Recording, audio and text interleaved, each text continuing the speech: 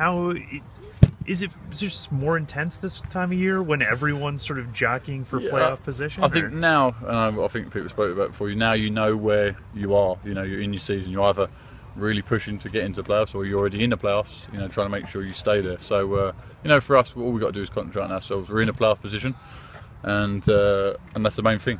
And, you know, as long as we, you know, beat the teams around us or don't let them pick up too many points against us, then we'll be in at the end of the season.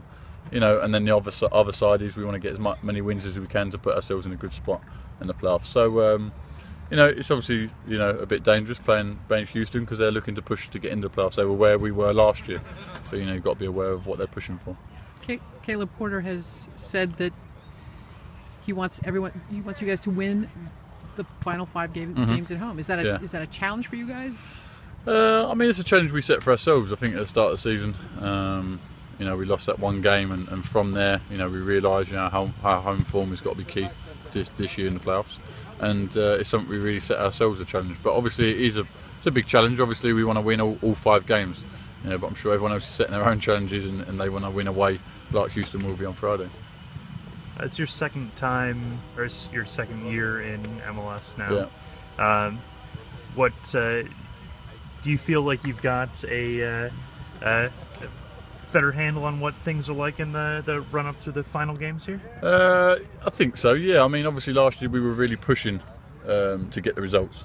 So we were pushing to get into the playoffs, and it's a little bit different this year. We're in there. We're in a spot at the minute in the playoffs, and you know, that's always a bonus. You know, people will be looking at us to see if we get into it. So yeah, I've got a little bit more handle on it and what the playoffs is about and what you need to do to get in there, and that's always a good thing. This is a geezer who injured me today.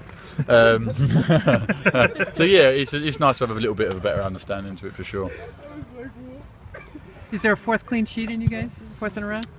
For sure, yeah. I mean, you know, every time we go out, we look for a clean sheet. I think it's a big thing. When I first come here, that's one thing I wanted to really instill in the team, and I'm sure Adam did, and I'm sure Nat did, and the rest of the back 4 and back 6. So yeah, I don't see why not. You know, we've just got to defend how we've been defending the last 4 games, and let the attackers take care of their business up front.